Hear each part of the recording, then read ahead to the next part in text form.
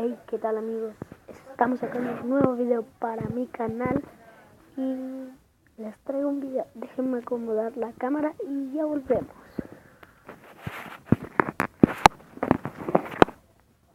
Sí, ya estamos. Tengo el spinner.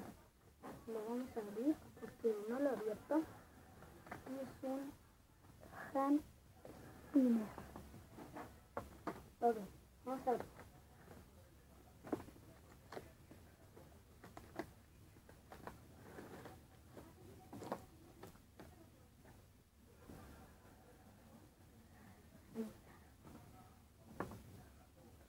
Fidget spinner o hand spinner. Juego bueno, tengo que hacer algunos trucos como este. Y este video era abrir el spinner y hacer algunos trucos. Así que vamos allá. El primer truco va a ser mantenerlo en un dedo.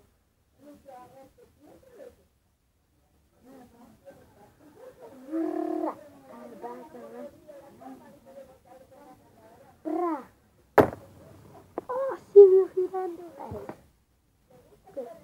Segundo reto. Segundo reto va a ser de pasarlo de arriba así. ¿Ok? Girando.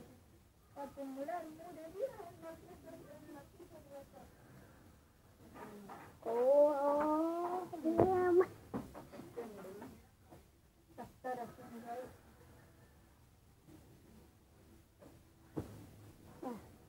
Más o menos.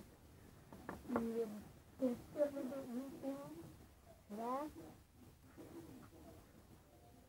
una cejita.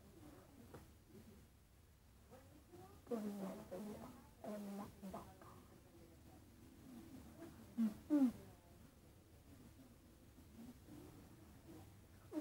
Mentira, no así.